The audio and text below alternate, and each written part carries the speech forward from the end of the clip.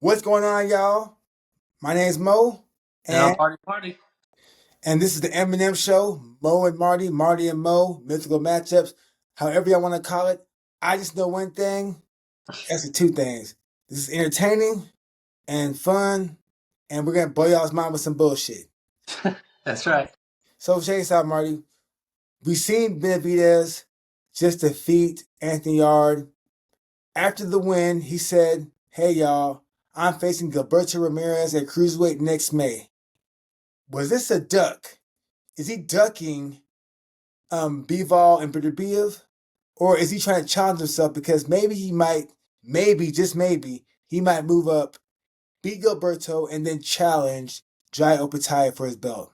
Well, first, let me say it's always an honor talking to you, and I appreciate the opportunity to talk to a armchair Joe like me since you're the pro and you're giving me a platform for someone that's been watching combat sports all of his life but never been an athlete at your caliber.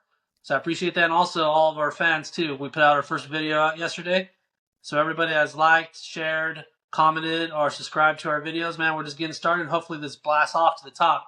I feel that with me and Mo's knowledge and charisma and the way we talk with each other, our personalities, we're gonna do something big here, in my opinion, because we're big hardcore fans. Mo's always been respectful to me since day one. I mean, we've been Times. huh? At times. We both come out. It's out of respect. Though we talk shit to each other, but we know it's love and respect because we bring the best out of each other. So to answer your question, it's how you see it, man. Do I think Benavidez could be more of a disciplined fighter? Absolutely. So he's a guy that's like Ricky Hatton, tends to blow up in between fights. You can see that, like he's always been heavy all his life. He always talked about that. It's nothing surprising if you know Benavidez. He's always been a big boy. So, so it's kind of like 50-50. Could he have been more disciplined and fought and stayed down at light heavyweight? Absolutely. Now, if he goes up, and after he beats Gilberto Ramirez and fights Jay Alpatera, then yeah, who's more dangerous in my opinion than Bivol Beterbiev, I'll give him his respect. But if he goes up, fights Gilberto, and then fights the winner of the Badu Jackson next fight and calls it a day, then yeah, he's a duck. Then Well, you're here's the thing. I'm not sure about him being undisciplined. I know this. He took on boxing to lose weight, maybe, but he was always a big kid. So I just don't know. He might be big bone, might just carry extra weight due to genetics, but I don't know. But that's a good take. I feel like we have to wait and see because if he goes on to fight Jai Opetaia, which is a horrible fight for him, I'm cool with that. What do yeah. you think? No, I agree. I agree wholeheartedly with that too. I think I'll be cool with that too. Like I said, fighting Opetaia is the best cruiserweight right now, arguably in the sport. He's a pound for pound top 10 fighter. And so, yeah, it'll definitely be more of a challenge than him sitting at back down at light heavyweight, taking on Bivol or Beterbiev. So I agree with that. All right. So another topic we're gonna discuss was Fedor Emelianenko. We're gonna spend a quick Listen, man, 5-10 minutes. Was Fedor Emelianenko past his prime when he fought Verdum, Fabricio Werdum? you want the fans? You're asking for the fans No, interacting I'm at? asking you because I want to hear your opinion and I'll tell you mine. Go ahead. Do I think someone that, okay, I'm not a fighter. Of course, this is coming from the arm.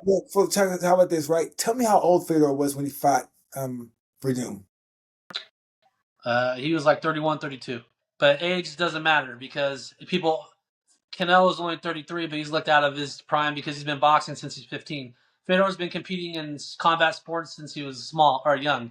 So people age differently, and just because you know that age in boxing is different than the actual their what their real age Yeah, are. yeah, maybe, yeah. But my thing is That's like, why Sergio Martinez was okay, fresh. but here's my thing, right? Let me answer your Well, question. no, hold on, let's get this. Like, where did Fedor show true slippage in his Okay, fights? I appreciate that question. For me, now I'm a nut hugger. That's my all-time favorite fighter when it comes to boxing or MMA. My wife knows Fedor, my wife, and my kid. They come after Fedor. They know that. So Fedor's my all-time favorite. So watching him, um, definitely say he started slipping around the Arlovsky fight. So when you Why do you say that? because once I found out I really paid attention to him in his sambo competitions. He was a sambo champion. He was probably the best Sambo practitioner of all time. So he was never losing. Then he came and lost to the dude I forgot. He ended up fighting in Bellator, and I think he was in the UFC for a few fights. So when I found out that he lost in Sambo combat, I was blown away. Everybody was blown away. That was almost like him losing to in MMA. So then I started hearing about the injuries piling up. Then I started hearing that he was doing movies and hardly trained for Arlovsky, and that's when I knew it was pretty much his career was a wrap from there. And also him not training in the Netherlands and taking his kickboxing seriously, because I'm friends with his kickboxing coach.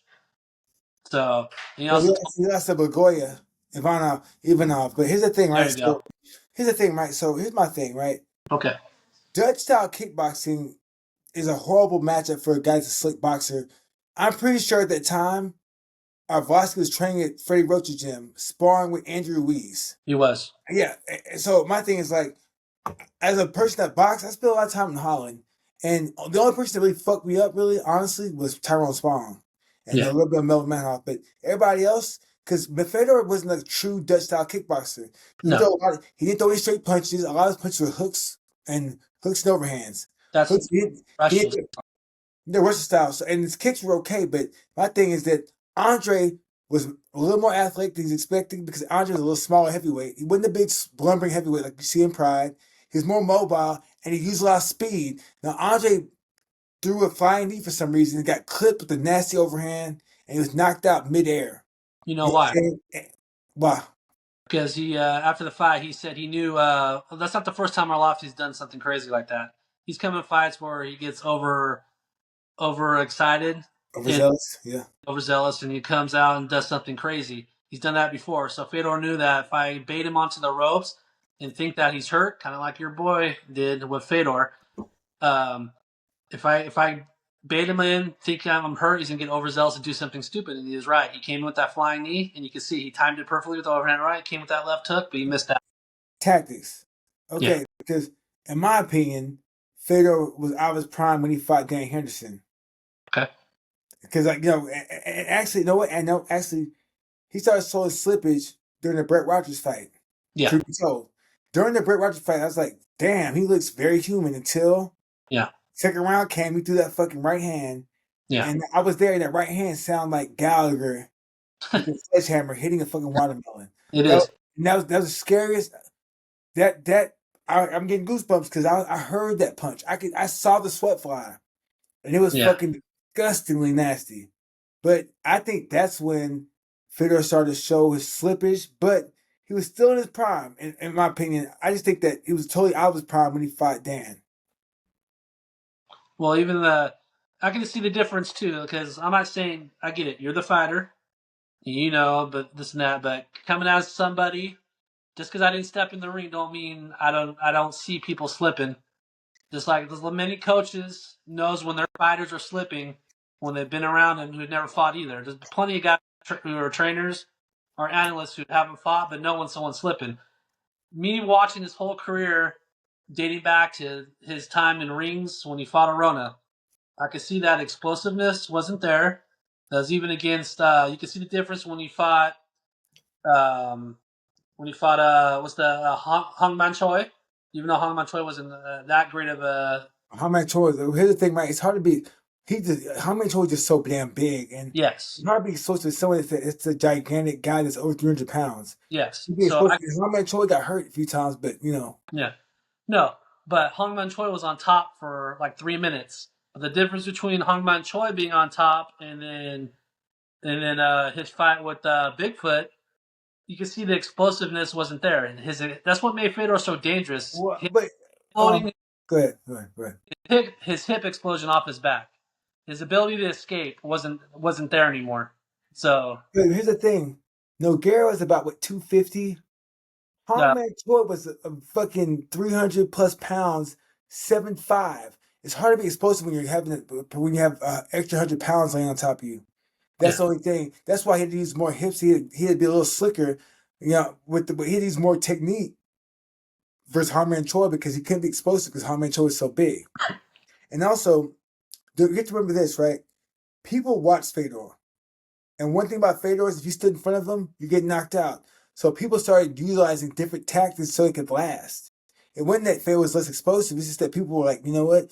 If I stand in front of this guy, I'm getting slept. So let me move. Let me try something different because everyone else tried this tactic and it didn't work. Just like Igor Vachachin. Igor Vachachin was the original Fedor. Because here's the thing, Emelianenko is a Ukrainian last name. Igor Vachachin's from Ukraine. They both kind of look the same. They both punch the same. They both have the same build. Igor Vachachin was a nasty kickboxer. And people had to utilize different game plans to beat him because they know if you try to fight that dude, he's going to fuck you up. So over time, we have so many fights, people you come up with game plans and tactics to beat you. That's why Werdum would go out there to fight Fedor, fight for fight. He would end up like the rest of the people that got knocked out. But instead, he used a game plan because some guys are so good, you just can't fight them. You have to use game plans to fucking beat them. Fedor was the biggest dog in the world. I couldn't see anyone that could fight Fedor. Like there's around. There were probably somebody out there, but there weren't too many. They could just fight Fedor fist for fist, heart for heart, nuts for nuts. No. But if you utilize a game plan and try to be like, okay, he thinks I'm hurt. Let me try to throw a triangle. You could probably try to trick him because Fedor's ass, like, usually when he hits you, what would happen? Swarm you and finish you. You fall down and it'd be a wrap. So I'm not saying Fedor, I was promised that what happened was people started developing game plans and Fedor never evolved because Fedor was trained with the same people in Stari Oskal and in Holland, and his circle never changed.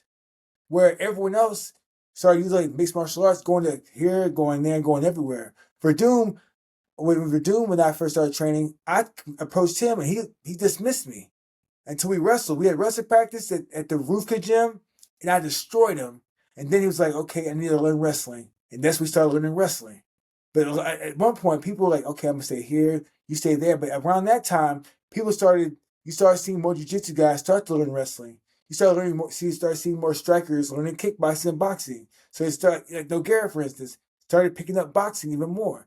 You start seeing more mixed martial arts where Nogueira was like, Werdum was like, I'm just going to stick with Sambo and my heavy kickboxing or my heavy hands. That was it.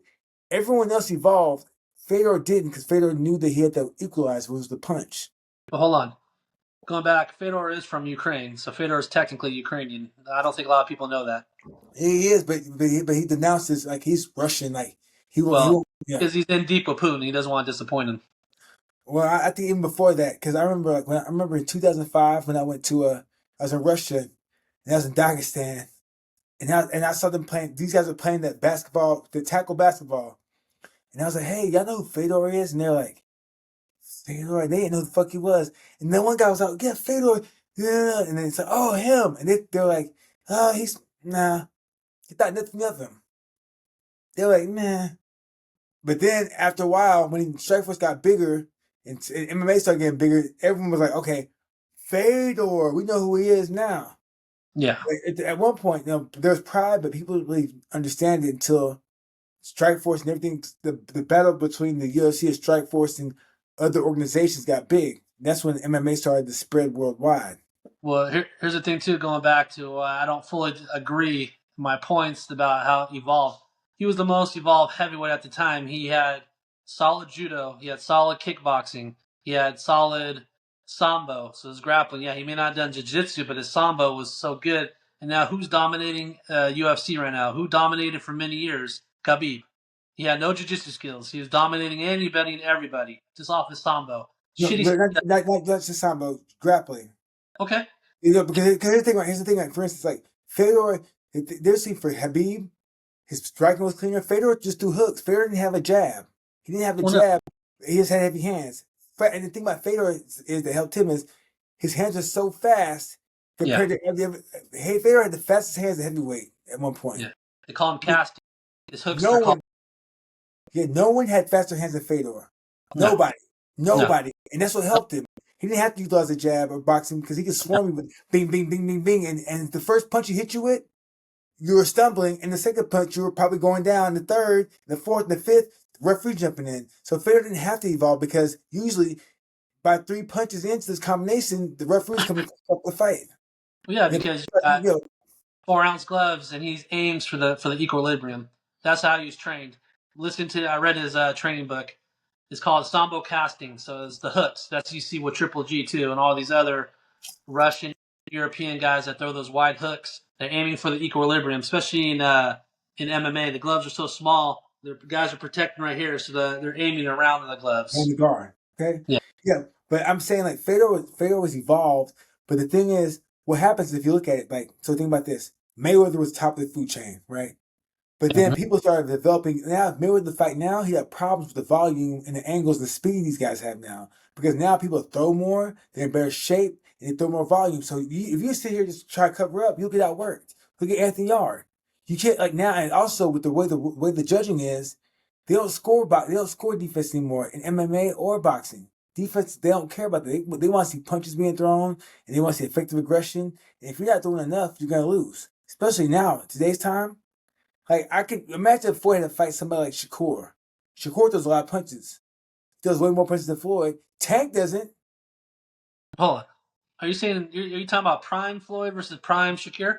Shakur's not even his prime yet. Not his full prime yet. I'm asking prime versus prime. This is the best you're going to see Shakur get. I don't think so. I don't think so. You're not going to see him come out knocking anybody out. He's not going No, to get. no, you don't have to. But the thing is, like, I think Shakur was long. Had his dimensions. He was slick enough. He was long enough. He had great feet, and he had speed. He had great speed. Just like picture a tall version of Zab Judah with more defensive responsibility. So you're saying Shakur Stevenson beats Floyd Mayweather? I think he could. Yeah. Hold on now. Listen, bro. Marty, here's the thing, right? And here's why, like, you think people are stupid, but it's a thing called game playing. So here's the thing, right? Whatever style was winning, people develop ways to beat that style. That's why look at this. Mike, when Ali came out, everyone was doing the Ali shit. Mike Tyson comes, totally different style. Then after Mike Tyson has era, people had a style to be like Tyson with the straight punches and the tall, this body build, the tall, longer, lanky fighters. It always goes like this in combat, even with wrestling. Even with wrestling, John Smith came up with the low single. Guess what? The Cubans developed the cross lift. Same thing with the Russians. Okay, so that style was gone. Like what happens is whatever's successful, people develop a game plan to shut that shit down. It's always like that. Because if that's the case, if the shoulder roll was good, Devin Haney would be winning fights so much more easier. Anthony Yard be winning some fights so much more easier. The only people you see that could carry the shoulder roll now is nobody, because the volume and the punching beats that shit. You can't now with the way the scoring is now, the judging is, if you try to sit back too much, you'll get outworked. Every time. You look like a Cuban saying, hey, I won that fight. And the judge will be like, no, you got outworked. You just can't sit there no more. You done? No, it's the truth. Are you done? Go ahead. I want you to scoot over because my square box is covering your face. I want to see your pretty face, so scoot over to your right. I want you to look at my eyes. Okay? Because I want to give you, if this was Pride fighting right now, I'll pull out my yellow card and give you a yellow card right now because you're out of pocket with that comment. Nah, Hey. It's the truth, bro. Listen, Marty, let me talk now. I got there and listen. Go ahead, talk. I got there and listen to you. You just don't watch sports enough. Listen, go ahead. hey, I want you to go back behind your WWE apron right now. Go back there, sit for a couple of minutes, and think about what you really just said right now. Yeah, That's the most foul shit I've ever heard. No, it's not. Come out of the mouth. It's not, bro. Listen. I want you to go behind your WWE curtain. I'm not going behind you. Listen, Marty. Listen. If you do you watch sports? How much sports do you watch? I've forgotten probably more about boxing. Marty, let me ask you. I've been watching it. No. Let me ask you this. How does sports evolve? Training. People get better, stronger, faster, just like in baseball. No. People get better. No, because think like this, right? Yeah. You know what happens? The equipment changes. That's why people are a little faster. Swimming, the water is like the suits are wick proof. All that shit. People are that much faster. If you look at track and field, the fucking shoes are lighter. Instead of wearing on clay, they wear on fucking rubber to get the bounce. But here's the thing, right? People study shit. People study it, and the thing is, sports evolve because whatever's on top, people try to devise a way to defeat that. That's why Fedor was good at one point. The two people started figuring out ways how to beat him. John Jones, people gonna figure out how to beat him. You know what I'm saying? There's always a style. There's always a style that's on top until a new style comes and defeats that style. There's Like nobody, Brian. There's listen. nobody walking on Earth in 2005 that would have beat Fedor in any era. You put John Jones in 2005 as John Jones now or in his prime, Fedor beats him. Werdum, Fedor beats him. Randy Couture, Fedor beats them. Nah, Mark maybe, Coleman, but Fedor beat him. here's the thing: like Fedor was his problem when he lost to Werdum. He's got a game plan. I'm talking about the Fedor that beat Krokop. Nobody beats that man. No, actually, John Jones would beat him. No, he wouldn't. Werdum beat him. Yeah, he would. No. Bro, listen. Well, let me ask you this, right? What weapons did Krokop have to threaten Fedor besides a jab, right jab and the head kick? His speed, his intelligence, his body kicks. Wasn't that fast? No, listen. He wasn't a true mixed martial artist. He just hit kickboxing. Guess who his training was? Guess who his grappler training was? No, listen, I'll tell you this. Aspinall giving problems. Cyril Gahn giving problems. Guys like that were giving problems. They can move. And these Cyril Gahn, Aspinall, you know why? Because these guys were more complete as fighters. These guys, listen, here's the thing, Mike. Fedor was complete. Listen, no, he had no jab.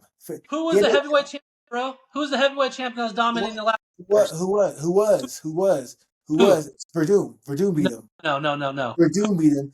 Can't really give him problems. But I'm just trying to tell you, somebody that studied MMA and studied combat sports, what happens is when a dominant style that comes up, people figure out ways to beat that style. Everyone, if that's the case, then whoever the first heavyweight champion was would always be a heavyweight champion, and the style would always be on top. But it's not because I'm talking about Ngannou was a champion, dominated, knocking everybody out, and he was not an overall well-rounded heavyweight champion. But he took losses. And here's the thing, right? Ngannou actually learned skills because when he fought Cyril Gahn, and I know this because Dewey Cooper trained him, but when he fought Cyril Gahn tried to leg lock him. He defended that. When he fought but my second time, he sprawled. He took his time. Bro, just because you don't see everything he's working on. I know people that spar with him. Roy Nelson, my boy, we just spar with him all the time. And Ngannou actually trained to get better. That's why he got better. He took a loss after he lost to Stipe. He came back. So he lost to Stipe the first time because he did too much. Then he fought Derek Lewis. Did too little. And after that, he was like, you know what? That fight sucked. Because he was like, I'm afraid to get tired. He did too little. Then he came back. You know who he beat? He beat Cain Velasquez. He's like, you know what? Let me figure it out.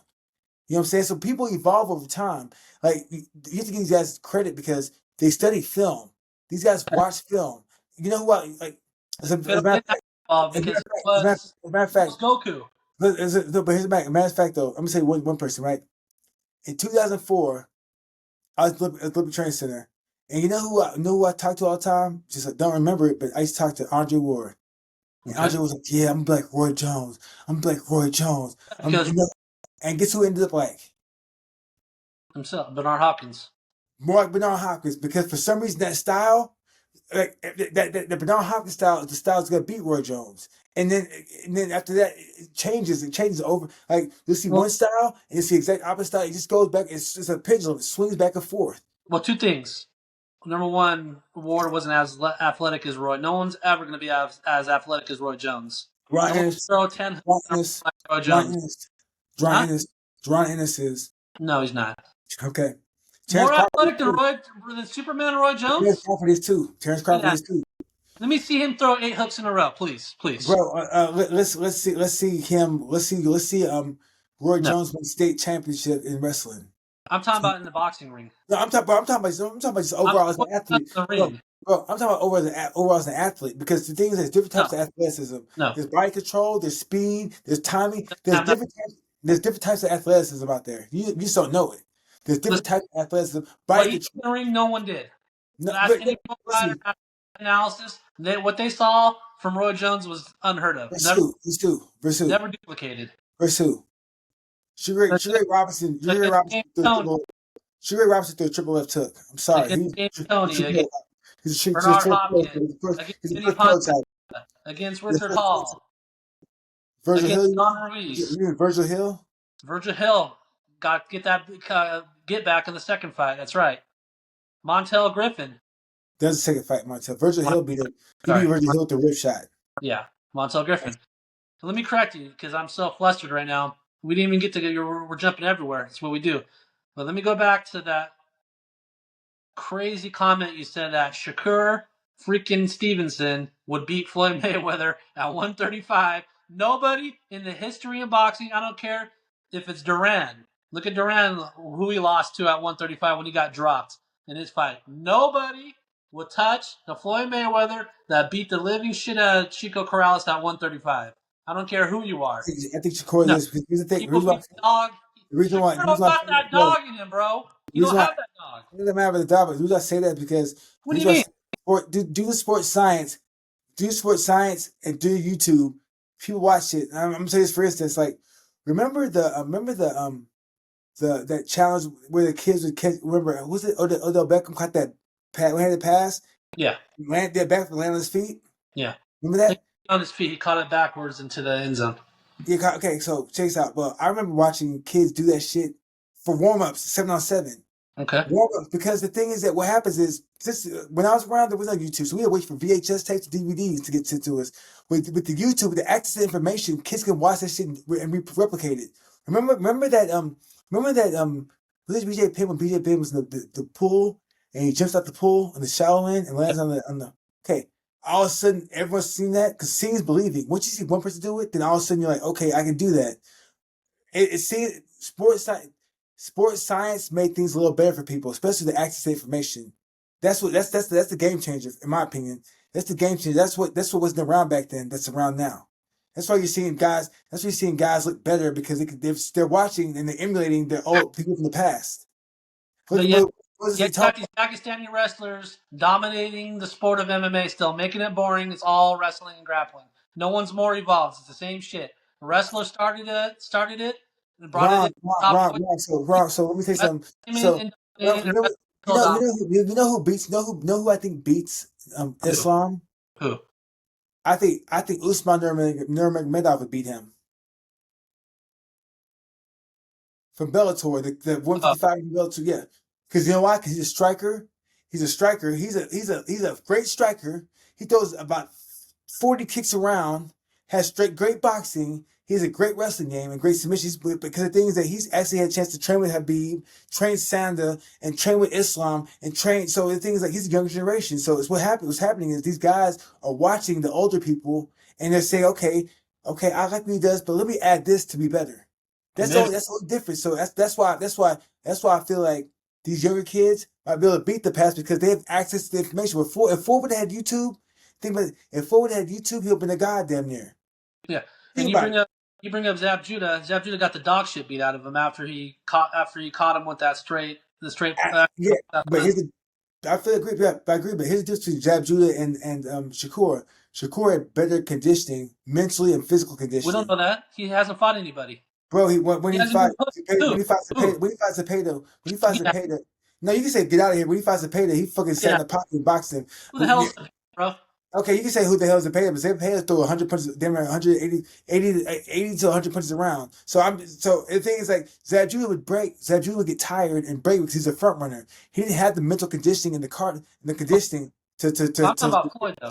I'm talking about no, Floyd no, you talk about football, but you brought up Zab Judah. So I'm talking. because But listen, I'm he'll do. comparing Zab Judah to Shakur. As a matter, well, we're gonna go to Marvelous Marvin Hagler thing soon. But look at the dimensions that Shakur carries in Don't matter. comparison to Zab Judah. Look, Look at the dimensions. Look at the reach. Look at the height. Look at don't the matter. speed. Look at the conditioning. Listen, Shakur would beat the base out of Zab Judah too. Listen, Easy, listen. easy. Okay, that's fine. But listen, what did Juan Manuel Marquez said the hardest thing was against Floyd? I don't know. It was his reach. He said trying to get around his reach. We're talking about people that have abnormal reach, like we're talking about the other day. For guys our smaller size, Mayweather's reach was like 69 inches or something. He's What's 147. your Huh? course? What's your course? I don't know. But the Yeah. point is, Floyd's reach, No, that jab I know, but body, my thing is okay. he's Let's too keep. quick, bro. No. Let's no. Hear me out. Compare Shakur's dimensions to Floyd's dimensions, real quick. Yeah, let's. You know what I'm saying? Because I'm pretty sure the reach might be the same. The only problem is Floyd had an issue with guys that southpaws. Shakur was a masterful southpaw. Never lost. It always ends up finding a way to. No, but I'm saying versus which southpaw? Name me a mentally tough southpaw he faced that was mentally strong. Say Name again? me because front runners he faced most of the southpaws he faced were front runners. That's it. Robert Guerrero. Five wasn't good. Who? Chop Corley wasn't good at 135. He was a front runner. Was he good? Yes or no? So he was solid. He was a front runner. Who Stevenson beat? Stevenson beat. Listen. What I'm talking about is front runner because he was an explosive athlete, but he get faded. Same thing with Zab Judah. I'm talking about Shakur is different. 5'8", 68-inch reach for Stevenson. Okay. Floyd's too much a dog. You're at the gym, right? No, I'm not listening. I'm not listening. I don't care what Floyd is. I'm talking about just dimensions. So what was Floyd's dimensions reach? What was his reach and dimensions? We said 5'8", 68, right? No, you said 5'8", 69. 5'8", 72-inch reach. 70. Okay. 3 inches. Okay. 5'8". Yeah, but here's the thing though. When you with the southpaw, the reach is bro. The reach is different. Bro, you'd be dogging. That's why Floyd had problems with Chop and Zab Judah early. Okay. But what did you do? Until they got tired. Listen, until they got tired. That's why. Pernell Whitaker because they're friends. Used to spar Pernell Whitaker. Listen. Used to, but my main point is that sports science and the access to information to help these kids get better. But anyways, let's go to the Marvelous Marvin Hagler thing. Now let's talk about. Okay. Now you're speaking on Marvelous Marvin Hagler. You said that. Explain to me what you said. What did you say to him now? What did you say about him now? Explain to me what you said about Marvelous Marvin Hagler now, please. I said out of the four kings, Marvin to me wasn't as impressive in terms of the resume. Everybody he fought, everybody had to move up except for Mugambi. That was like the only true natural 160-pound fighter that was dangerous that he fought. Everybody else, Ray Leonard, Duran, and Hearns all had to move up multiple weight classes. Multiple. Well, yeah. No, the thing is like they moved up to 154 and they moved to 160. It wasn't like they jumped from like 140 to 154. They could have met at 154. Nah, Hagler wasn't gonna make. Hagler was too lean, bro. You weren't there. How do you know? Bro, just looking at eye tests. But look at the eye test. What do you weigh in? He weighed in. When he weighed in, most tell you weighed in 159. The least he's ever weighed in. Yeah, what's the least he ever weighed in at? Early in his career, most likely. Duran, he was 157. So what's another pound or two? What's another pound? But the thing is, it's easy for you to say we never wrestled or competed. But one extra pound or two can change everything. And I know this. I've dealt with that shit when I used to wrestle. I have a pound. That's why when guys miss weight. Remember what was the stat that the UFC had? Guys that miss weight. Remember a few years ago went on to win the fights because instead of depleting themselves, they just came in shape. Yeah. No, I agree.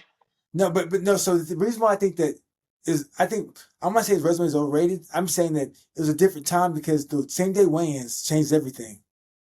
Same day weigh-ins changed it. And I know this because I used to wrestle, and wrestling, like when I was a collegiate, we weighed in and we wrestled. But when I was a freestyle, we weigh in and have a full day, like 18 hours to rehydrate. So I remember when I wrestled 197, I wrestled weigh in 197. Yeah. You know what I'm saying? But when I wrestled 184, which is the weight class below, come wrestle time to wrestle, I weighed in at 210, 212. Yeah. You know what I'm saying? So, and the thing is that like that will change like in the 80s, I believe, or the late 80s, where they went from same day weigh-ins to 24-hour weigh-ins. Yeah. I think that's when it was at the time, but and also, and I'll tell you this though, right? The lighter person, the person that comes in lighter with less with the energy, that actually suits them compared to the person that's actually cutting the weight. You're not depleted. You have more energy to compete, bro. Especially going 15 rounds, bro. 15 rounds. Listen, after waiting the same day and then going on to fight 15 rounds. Hey, I'm not taking anything away as a fighter he was, right? But looking at the resumes, he did not take the challenges. I don't care if there wasn't a. So no, there were none. Okay, There let me were tell you. none. No, but here's the thing, right? He fought Thomas Hitman Hearns, Rob Duran, Ray Leonard. He fought Oh, Benny Briscoe. Benny Briscoe was tough. He fought nah, Vito Antifermo, and he fought William Monroe Jr. William Monroe Sr. You like know what I'm saying? like 7 times on his damn resume. No, but Whoopity. it's about Bobby Watts. But No. the thing is that whoever was there was there, Okay, and listen. these guys moved up. Here's what I'm trying to say. Listen, here's what I'm trying to say. Let me speak real quick. This is what I'm trying to say. Hey, man, there's guys that chase titles and there's guys that chase challenges. Hagler is going to go down like Triple G, man. Hey, Triple G wanted to sit there and not move up and challenge himself against Andre Ward or Carl Froch. He'd rather win titles at 160 and defend them against Billy Bob Joe and Larry. That's fine. That was Marvin Hagler. I'd rather stay at 160 and defend my titles. That's fine. If that's what you want to do. But then you're not a Floyd Mayweather. Then go what? Then go Not what a, though? not a No, Durant. because this thing, right? Floyd Mayweather and Duran had a chance to go incremental up in weight classes, I don't incremental. care. They still And made it. no, because you don't. But the thing is that you don't have to care. But the truth is that you can't going from 160 to 175 was a no. That's why Shakur Leonard was like, hey, Bro, Lalonde, Donnie Lalonde, instead of going to 175, let's be at 168 for a belt. he just That's didn't want why. to go And guess what? because he's Sugar, natural. Sugar Leonard said, "Hey, we'll do it for a belt." Danny Lalonde was like, "Okay." Lalonde was kicking his ass, He was a but natural welterweight. no. Hold on. Lalonde was kicking his ass, Yeah, but just depleted and got stopped. If you watch the fight, Lalonde was busting him up. I did watch the fight. Yeah, Lalonde was fucking him up, but I just got caught. But at the same time, he probably depleted because couldn't like Chad Dawson kept from 175 to 168. It's a dumb move. 175. Chad Dawson tried to do it, and what happened with him? Yeah, he got dog walked by Yeah, Wood. but the thing is when Hagler was around, Hagler was 5'9.5". How tall is Floyd? 5'8", Okay. How tall is Shakur? 5'8", 5'9". I thought he was 5'8". 5'9". No, 5'9". Okay, 5'8". What was Floyd's reach? 72. Hagler's is 75. Okay. Hagler's small. How tall was Hagler? How tall is Hagler? 5'9", 5'9.5". Small. Canelo's 5'10". 5'10". With the Yeah, smaller. but here's the thing. Here's the thing though. Canelo actually had a chance to rehydrate. So how do you think Canelo had done with same day weigh-ins? I don't know. Bro, I'll tell you this, same day weigh-ins, he lost to Lara. He lost quite a few fights. He lost to fucking Listen, man. listen. Listen. I'm saying this, bro, same day weigh-ins, I'm telling you, it's a personal experience. Same day weigh-ins is fucking tough. That's why it was killing people back then. That's why they said, hey, you know what? Who We'll give died? you a full rehydrate. It was killing people back then. That's why they changed it. And Who died? also, no, look it up. That's why they changed it. Tell Look it me. up. Bro, look it up. That's the commission changed it. And also, 15 rounds. Going for 15 rounds. Going from 12, going same day wins and going 15-round fights. You think Canelo would be in the last 15 rounds? No, he never had the cardio. That's always his problem. But check this out, right? So imagine. Same day weigh-ins or not, he can't go over 12 rounds. Yeah, I know, but a bunch of my things. Imagine the dynamics going from same day weigh-ins, going 15 rounds, cutting weight. Well, honestly, it's always better to actually move up and compete because you're not depleting yourself. And I know this is a person. When I used to wrestle, I used to bump up to wrestle guys because I knew that if it was a tough match, it was a dog fight, the person with more energy was fucking gonna win. Let me say this before we move on to the matchups. Hagler could have done it if he wanted to. He didn't Done make what? Done what? Could have moved up to 175 if he wanted to. And fight who? What, at 5'9.5"? All right. Who? Canelo. At five? No, bro. Canelo, listen, bro, you're forgetting the Canelo fight at 160. He could have done what Leonard did. I don't want to hear any excuse. He could have made. He could have done the same thing. Let's meet at 160. Bro, because listen. I Hagler was a name. at Bro, 160. listen. Hagler was a name, but he didn't demand the same control and the same power as fucking Leonard, De La Hoya, Floyd, because they were golden boys. Those guys are golden. They could control everything. De La Hoya was a big. But Leonard, check this out. When Leonard fought Hagler, guess what? Hagler had to give up to Leonard's demands. Okay. Yeah, there's always an A. No, but hear me out. The reason why is because Hagler didn't have the star power that Leonard did. We know that. Huh? There's always an A side. We know that. Yeah, but the thing is that Hagler just back then, he was a respectable fighter, but he just didn't have the charisma that demanded Yeah. the people. You know what I'm saying? Listen, And that's what hurt him. his resume is weak, bro. And listen, that's great. You want to be a Triple G and Bro, his resume wasn't weak. His resume wasn't weak. It's you maybe want you. is Listen, weak, listen, bro. Look, I'm listen, looking at it right listen, now. listen. You can say all you want, but the thing is you never fought. So it's easy for you to say So something weak what? when you never fought. Of course, I Like, haven't. like for instance, that's like me saying being a police officer is an easy job. Bro, Oh, it's easy. It's easy because I never did. Never had to do bro. police work. If I arrest nobody, it's You easy for fought you to say Sugar something Ray. when you never fought. It's easy for you to say something when you never fought. It don't matter. Easy. There's And no, plenty it of doesn't guys matter. in professional boxing that shouldn't be a Name pro. him. Sugar Name Ray him. Seals. Who's Sugar Ray Who? Seals? Sugar Ray Seals. Okay. Hagler fought him like 5 times. So he's supposed to go to 15 pounds to fight Sugar Ray Seals. No. I'm talking about he fought him like 5 times at 160. Okay. He fought who's around. Hey, listen, like I said, all respect to Hagler. He's No, but he's fought. Listen, he fought who's around, and that's all that matters. Let me finish real quick. Hagler can be just like Triple G. Nothing wrong with that, bro. You chase titles, that's great. But No, listen. So you expect him to go fight Len, Michael Spinks, Dwight Muhammad Khalid, Matthew Saeed Muhammad when those guys are way too big for him. and guess what? Hopkins, 20 defenses, but what else did he do? He said, I need to challenge myself more. I'm still hungry. I don't want to sit at 160 my whole career. So what did he do? He moved up multiple weight classes to challenge himself, all the way up to 175. How big was Hopkins? Don't matter how big he was. No, it does matter because Hopkins is like 6'2". What are you talking No. about? Like, yes, he was. Yeah, Hopkins like 6'1". huh? He still challenged the point I'm trying to make. He No, made bro. Listen. Time out. Hopkins challenged because Hopkins used dimensions to go out there. It wasn't like Hopkins do it. Okay, how come Hopkins didn't go to heavyweight like Roy Jones did, huh? Why not? If he was going to be great, he would have went to heavyweight like Roy Jones did. Everybody can say that shit. I can say that shit. Well, Hopkins wasn't great because Hopkins didn't go to heavyweight like Roy Jones did. I love Roy Jones, but let's be honest. He picked the weakest fucking No, heavyweight. it don't matter. No, but it doesn't matter. But the thing is, so now you're saying that now you're trying to deny Roy Jones of his accomplishment because he picked I think everybody would comment. Come on, man. Why didn't he fight Now you're going back and forth. Why didn't he fight Klitschko? Why didn't he fight Chris Burke? You're going back and forth. But okay, Marty, why didn't you box? Marty, why didn't you box? Marty, why didn't you box? Marty, why didn't you box? Why didn't Roy Jones fight Klitschko? Yeah, Marty, why didn't you box? It wasn't something I wanted to do in my life. That's all. But why didn't you box? So,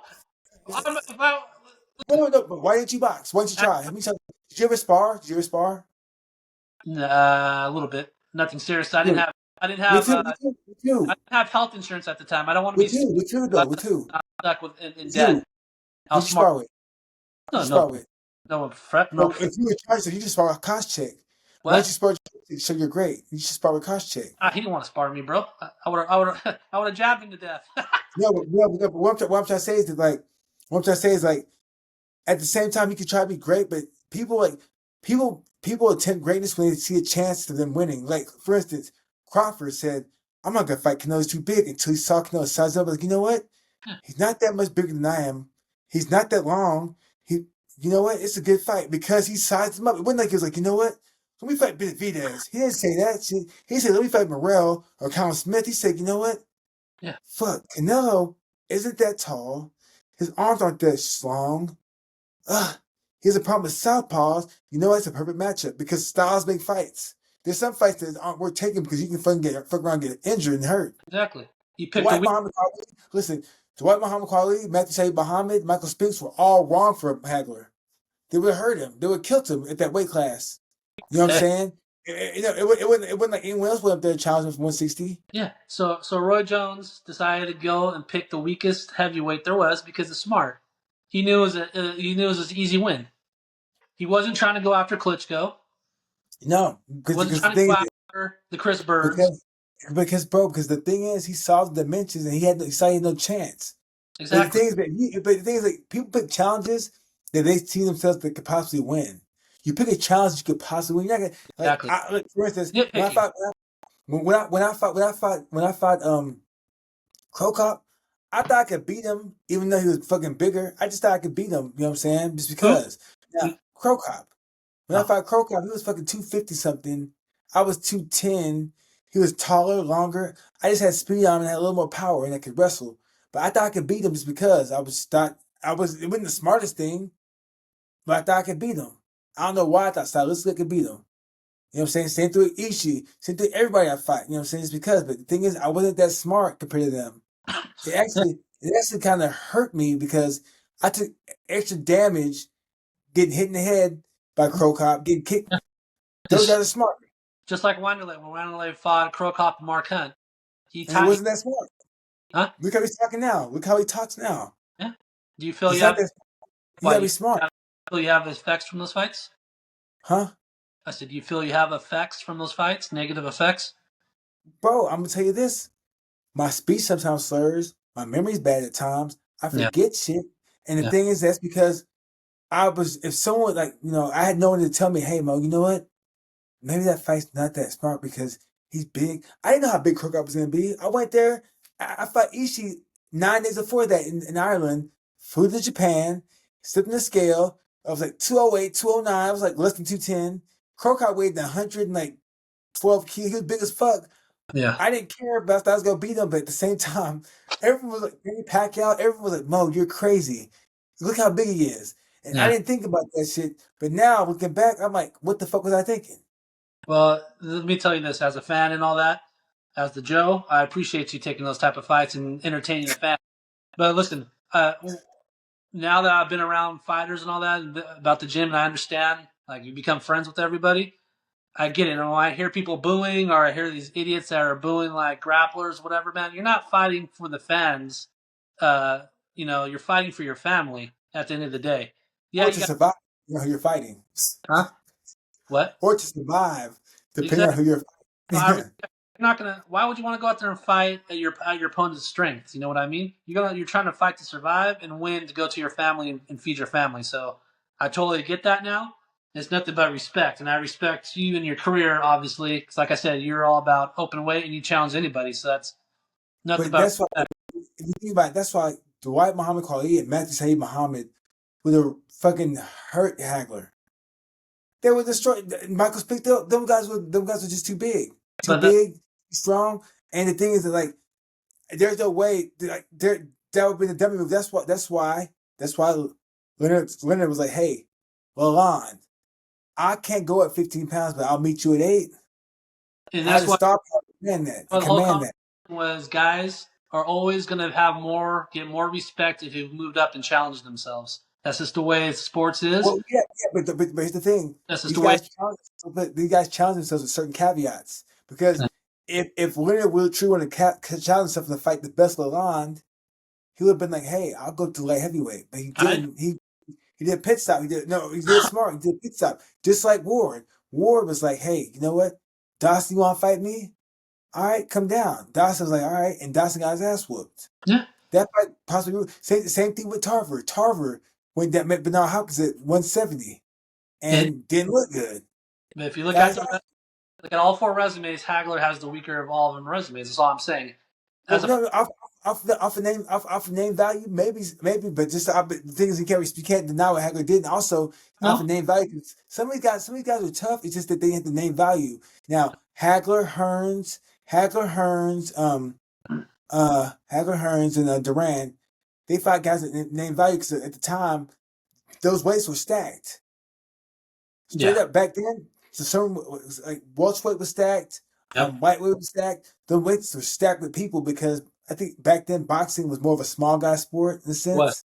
It's a big, yeah, but well. but you can't deny the greatness of Hagler.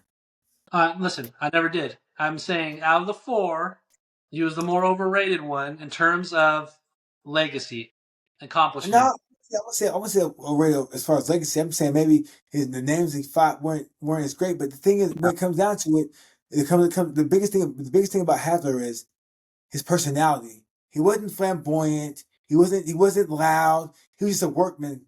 He just Yeah, worked. And the blue thing is collar that boxer. yeah, when you're a blue collar boxer, people forget about you, and they kind of just know he's a tough boxer. Yeah. Like Bernard Hopkins, what helped him is his mouthpiece when he spoke. But Yeah. you know what I'm saying? But even then, when Bernard Hopkins was still fighting, people didn't like him. They called him boring. But And, now, I love B Hop, and now people respect him. But back then, when he was fighting, people were like, oh my God. He was like the Devin Haney style guy.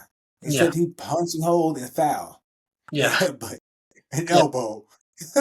He was more entertaining than Haney. But that's the thing. That's just the name of the game. As talking as a person who has watched the sport like you, Hagler will be known as one of the greats at middleweight, but he won't be more known as an all around great as like a Leonard or a Duran. Huh? Personality. Yeah. Leonard, Brand, and his personality. Yeah. They had the showmanship thing. Yeah. Hagler didn't have that. If Hagler did, he might be able to command bigger fights. Well, we'll see what the fans are, not the fans, but our watchers Yeah. have, what we've been saying. Oh, by the way, before we go on to the mythical matchups, you knew who was Krokov's grappling coach for many years, right? I don't know. Who was it? Him.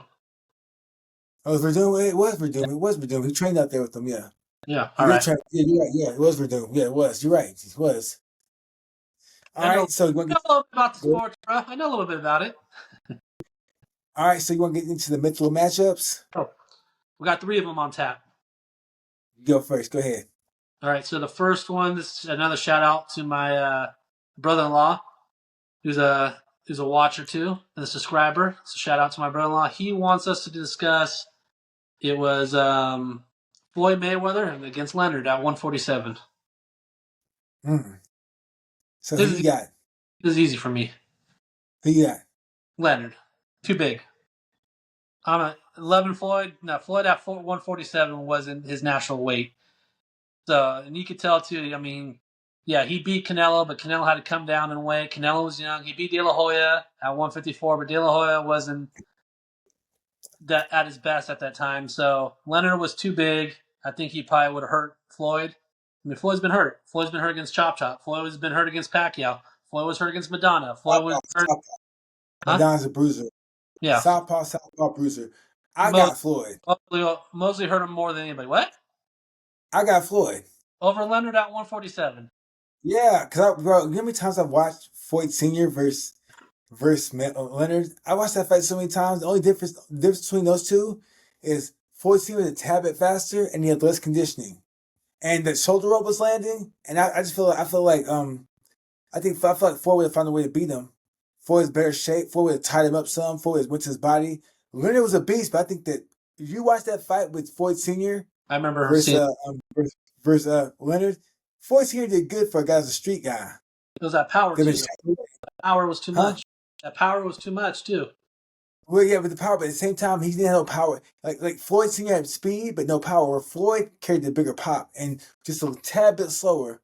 And I think Floyd had technically was more sound than his dad, and tactically more sound. And also, if you look at it, who would have been in Floyd's corner for that fight if Floyd were to fight?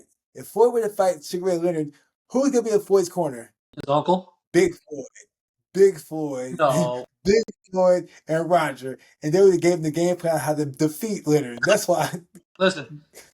The punch Shane landed on Floyd was the hardest punch I've ever seen him get hit by. Leonard knocks him out. No, but that's one fight. That's just one fight, one punch. But I'm saying like Leonard's a beast, but I think that Floyd had been a little more sharper versus Leonard. I don't think Floyd respected Sugar Shane Mosley as much as he would have Leonard. And also, I think that with Floyd Sr. also facing Sugar Ray Leonard in the past, they would have had a game plan for him. Yeah, but like you said, everybody has a plan until they get face, right?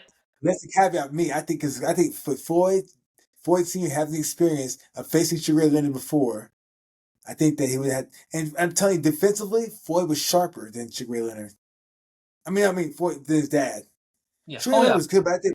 But listen, Sugar Ray Leonard's defense is okay, but not as sharp as Floyd's. And look, Floyd Sr. was touching Sugar Ray Leonard at times in that fight, just he had no power.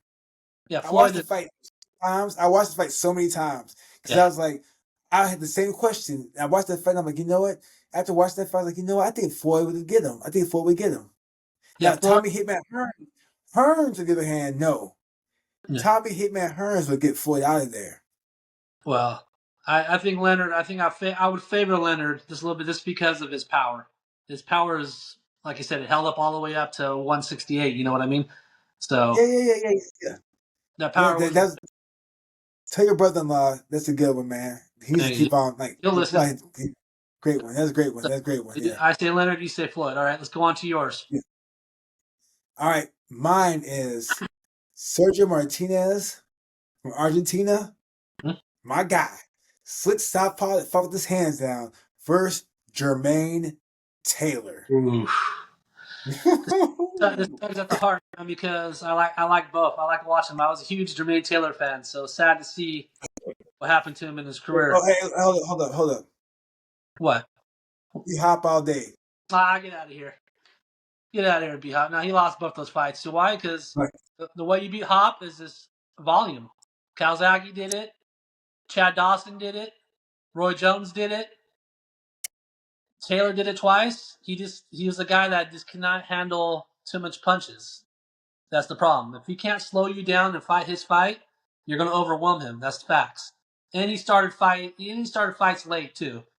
So that's what hurt him against Calzaghe. He came on strong, True. but bro, he And started. Jermaine Taylor too.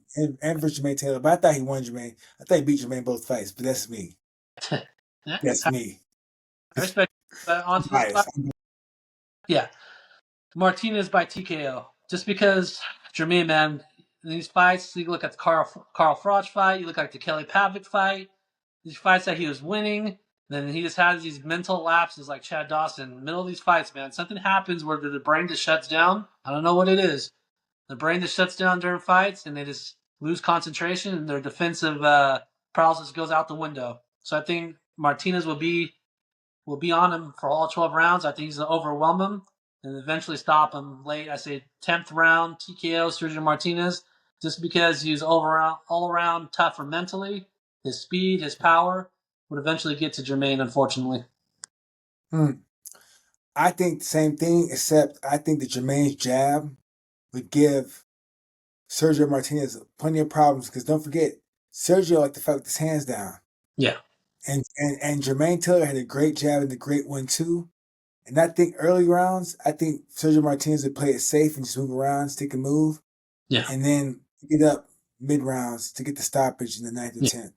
Yeah, I agree. He's going to start coming in. He'll start closing the distance around the 4th or 5th. He'll start timing Jermaine. Jermaine wasn't the quickest. He'll start timing Jermaine, seeing that he makes the same mental lapse defensively, moving back on the straight line. And once he gets in, slips those jabs and starts connecting with the straight lefts, it's a wrap. Yep. So we both in agreement with Sergio Martinez late TKO stoppage. And I feel bad. So who's the but going on Jermaine, I feel bad when he fought in the Super Six. It was an Abraham fight. He should never took that fight. I think it was Lou DiBella was his promoter, right? Lou said, "I can't watch this anymore," because he had brain bleed after that fight. I don't know if you've been paying attention to his life after, but he's been getting in a lot of trouble with the law ever since he stopped boxing. So shot his brother. I think he shot his brother, or brother-in-law, something like that. Yeah. It's sad. So I hope Jermaine, stays out of trouble and you can live a happy, healthy post-boxing life. So that's that. And then the third one, got another one. This is, man, talking about 160. This is the fight I wanted to see for so long. It would have been the best fight at the time at middleweight. Is Arthur Abraham versus Kelly Pavlik. I'll let you start. Fuck. 2 dogs. Don't let me down. 2 dogs. Now, I feel like Kelly Pavlik threw better straight punches. He had power, and he would fight you. But Arthur Abraham would fight your ass back with tenacity and ferocity, and he could punch. I think his punches, he could punch a little harder. Yeah. And he had a little more dog in him, and he had a little cleaner lifestyle. I think one thing that hurt Kelly Pavlik was his lifestyle, the alcoholism. Yeah. And I think that would hurt him in a dog fight versus another live dog. Because you need all the dog you need. You need all the dog that's in you to fight another dog. And if you're not living a healthy lifestyle, that's going to show. And I think that Arthur Abraham gets him out there in about 7 or 8 rounds. KO. Not TKO, KO. Yeah. KO. Someone's going to sleep. And I'm sorry, Kelly Pavlik. It might be you, man. Yeah, I agree. Like you said, those Armenians are tough to fight, man. Abraham was a hard-hitting Armenian, so you got that chin too, literally. So I agree. I got Abraham late rounds too. 9th, 10th thing about Abraham, that he started slow. Sometimes he sits in his shell too much. He's sitting in that winky right shell and don't punch back. Sometimes it'd be like a round. I'd be frustrated. Like, come on, bro, what are you doing? You're losing. You're losing this fight, bro. You're just sitting in your shell this whole time like a turtle. Like, come on. So yeah, sometimes that like even the fight against what is his name the brothers at 175 168 Darrell Rivers. Darrell. Yeah, when he fought Andre Durrell, he started late. He got that knockdown, and Andre looked for a way out of that fight because Abraham started coming on strong late. But if Abraham would have started earlier, I think it would have been a different fight. So yeah, but going back to the Pavlik fight, I think he hits too hard. I think it's going to be two pit bulls going at it, but I think Abraham is a bigger pit bull. They're going to go lock jaws, toe to toe, going for the neck. But we literally saw Abraham get his jaw broken in two places in the 4th round against Edison Pantera Miranda, and Abraham was literally on the ropes for 8 rounds, and he still, whether you think he won or not, it don't matter. He had the balls and the toughness to survive 8 rounds with the jaw broken in two places and still finish the fight. So that being the way he hit, because he hit hard, his tenacity, his balls, his chin, his heart beats Pavlik. Shout out to Edson Miranda. I see him all the time in Miami at the Herman Casado gym. When I used to spar with Luis Ortiz, me and Junior Dos Santos go down there and get beat up by this guy. But yeah, man, El Hit hard. Pantera was a beast. Oh my Yeah. God, he could punch. Ooh, Yeah. it was Colombia, right? Colombian. Yes, Colombian. Yeah, Yeah. man. Yeah, he's a Yeah, man. So we agree on that. So I guess we'll come back in about 2 more days. We'll something. touch up on boxing news. We'll have more matchups. I'm thinking one matchup we want to look up on and discuss is Triple G versus Dimitri Pirog. That's a good one. Yeah, I like that. I like I that. like that one too. Yeah, I like that. yeah. I'll have one or two. I'll probably get another one from my brother-in-law, and I'll have one of my own. So we'll have 3 again on deck. And also one that actually, speaking of Fedor and Krokop, I just read they're planning a boxing match in somewhere in Eastern Europe next year. That'd be interesting. I got Krokop. Even after a stroke and having been inactive, and he's 51. Oh, he had a stroke. I ain't know he had a stroke. Yeah, a stroke. Oh yeah. Damn. Well, that is everything. But I hope no one gets hurt. What's that? Hope nobody gets hurt. I know, me too. Yeah, they're both damn near 50. They're about to have an 8-round, 3-minute, 8-round boxing match. So, yeah, I hope so. Let me ask you a quick question. Yeah. What's your take on Joshua versus Jake Paul? If it's not a fixed fight, Joshua's going to run through him. Come on. He can't even beat Tommy Fury. What round? What round, though? It won't go past 5. It shouldn't go past 1. If he carries him, if it goes past 5, Joshua's carrying him. If Joshua's knocked him out. Go ahead, Josh. Go ahead. Joshua, what? Joshua doesn't knock him out, it's fixed. Well, here's the thing. Ngannou lasted, 2 to 3 rounds with them? Yes. So how do you expect Jake Paul, unless he runs, I don't... No. He used to be timid. He used to be very timid the first few rounds and just, run and clinch. But even then, Joshua has a great uppercut. We saw that land versus Klitschko. Oh, yeah, pop Klitschko off. Yeah, he's got one of the cleanest uppercuts in the heavyweight division. This fight is real. Paul won't last 5 rounds, and people are speculating it's not going to happen. There's going to be an excuse because you see the first press conference or first face off. Jake looked a little timid. You realize shit, this dude is big. AJ said he went from fighting a tank to looking up at one. That's crazy, right? That's a great quote right there. And fighting to looking up at one. That's a great quote. Let's say that again. I'm sorry. He said he went from fighting tank to looking up at one.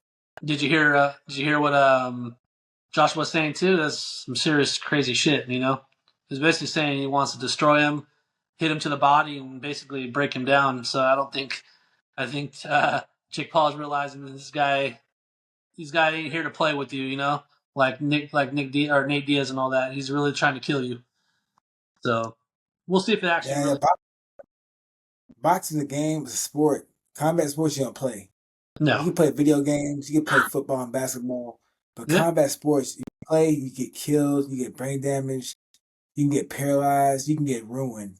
Oh So yeah. I'm hoping they wear like 12-ounce gloves, just for Jake Paul's safety because MVP Promotions is a promotional company that I really like what they're doing. I Yeah. like the fact they're giving these women a chance to showcase their skills. I wish the pro governing bodies would implement 3-minute rounds for these ladies because they did. I feel like Clarissa Shields had more knockouts. I see that we see more dogfights. I think we see more stoppages. But at the same time, the 2-minute rounds is a faster pace, but I think I'd like to see 3-minute rounds for the ladies. Just like MMA and kickboxing. Keep it even, keep it equal. Yeah. I agree. I agree, bro. Yeah. I agree. Other than the crazy shit you were saying earlier about Fedor and Mayweather, other than that, it was a good chat. Man, man. All right, y'all. Well, if you like what you heard, subscribe to our channel, share Yeah. this shit, like it. What do you think, Marty? What else they do? Yeah. Comment. We got a couple comments on our first video, so we appreciate that. Share, comment, like, and subscribe is the best you could do, man. Just like I said, we just started new, and with Mo's intelligence, man, we're trying to get some people on too. Like I was telling you, hopefully we can get more people on to talk. You know, like We some get friends, some pros, or whatever. Just talk sports, and then like you said, bare knuckle boxing. We can try to get some people on that yes, you know we can make it and happen. also I'm working on the channel because I got somebody working on the channel. I'm gonna email made up and all that stuff, and so we can have our own channel for this.